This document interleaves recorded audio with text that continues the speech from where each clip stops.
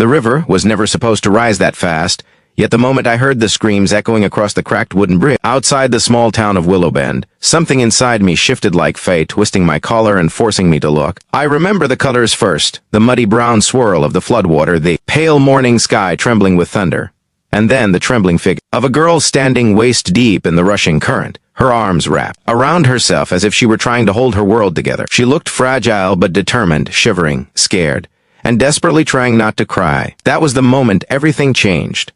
That was the moment the story truly began. If you believe in kindness, second chances, and compassion that still exist in this world, please take a moment to like, comment, share, and subscribe. Your support helps us keep telling stories that remind us of what humanity really looks like. Her name, I later learned, was Hannah, a quiet 19-year-old who had been helping her younger siblings gather scattered belongings when the river broke its banks. The water stole almost everything from her, small things at first, then larger things, then personal things. By the time I reached her, soaked to the bone and terrified, she whispered something with trembling lips that seemed too heavy for someone her age to say.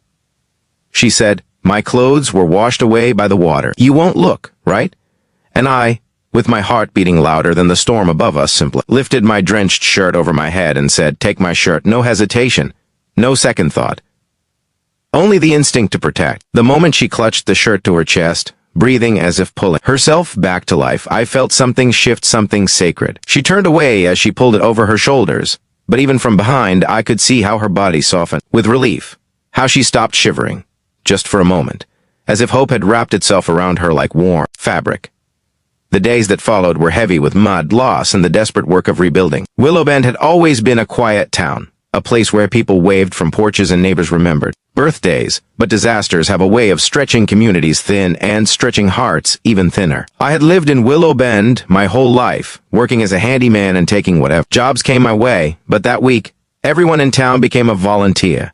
We were all soldiered against the flood's aftermath. Every morning, I found myself looking for Hannah at the relief center set up inside the old high school gym. She was always there, moving quietly between tables stacked with donated clothes, bottled water, canned food, and blankets. Even when her hands were busy, her eyes carried the heaviness of someone who had lost more than she dared admit. I noticed how she always pulled down the sleeves of the shirt I had given her, as if it had become a shield, and in some strange way I think it had. One afternoon, while the sky simmered with the pale gold of early autumn, I found her sitting alone near the bleachers, organizing a box of children's toys. Her hair was pulled into a messy bun, damp from the humidity, and her finger shook slightly as she tried to fix the broken arm of a plastic dinosaur. Her shoulders were slumped not from exhaustion but from something like grief. I didn't sit beside her at first. I simply stood there, letting the air settle between us, giving her a chance to acknowledge me if she wanted. When she finally lifted her eyes, they were filled with something like shame and something like longing for normalcy. That was when she told me her home had been swept away completely. Her family was staying at a church shelter across town. She had lost not just clothes, but Mary's, the last bracelet her grandmother gave her, the sketchbook she filled with drawings, the little keepsakes she had collected since childhood. The water didn't just take fabric, it took pieces of her identity. I listened, really listened as she talked.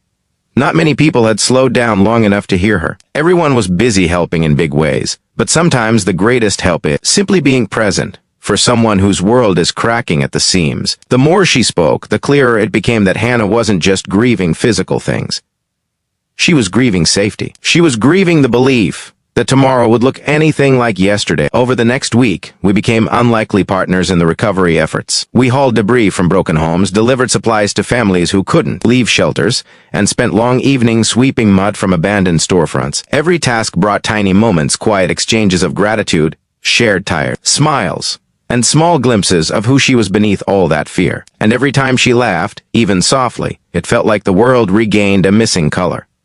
As we worked, people noticed. A few neighbors nudged me with raised eyebrows, whispering assumptions I pretended not to hear. But what they didn't understand was that the connection forming between us wasn't romantic, not then. It was something deeper, something rooted in compassion, survival, and the strange way tragedies bind strangers together. One night, long after the sun had slipped away and the cicadas hummed through the humid air, Hannah sat beside me on the steps outside the relief center. The parking lot lights cast halos against the mist as she told me something she had never said aloud. She blamed herself for everything.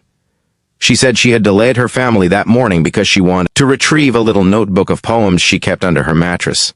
That delay, she believed, cost them precious minutes. Minutes that meant her father was swept downstream for nearly half a mile before rescue teams found him. I felt her words like a punch to the chest.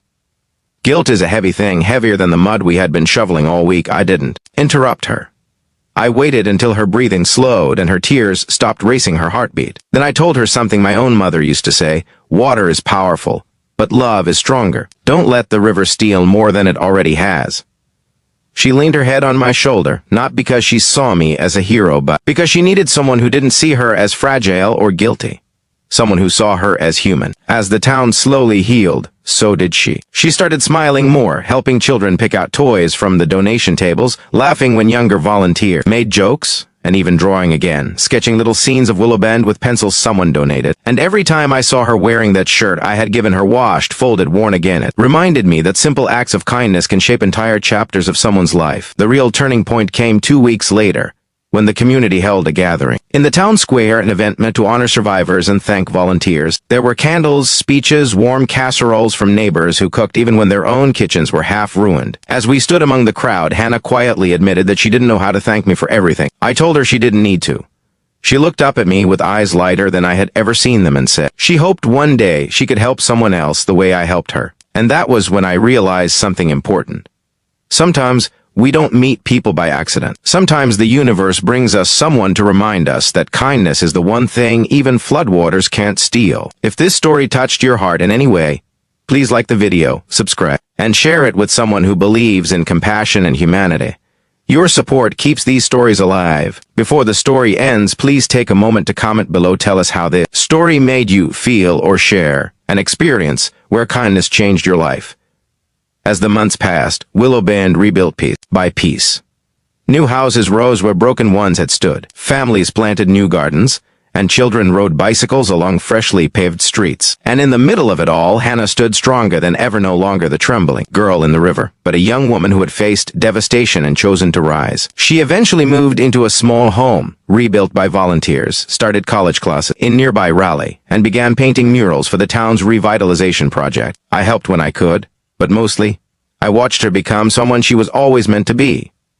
To this day, she still has the shirt. Not because she needs it, but because it reminds her that even in her darkest moment, someone believed she was worth helping. And for me, that moment on the river remains one of the clearest, most defining memories of my life, a reminder that sometimes the greatest stories begin in the most unexpected places, with the simplest acts of compassion. And maybe, just maybe, that's what we all need more of: a willingness to give the shirt off our back, even when the world feels cold and the water rises fast.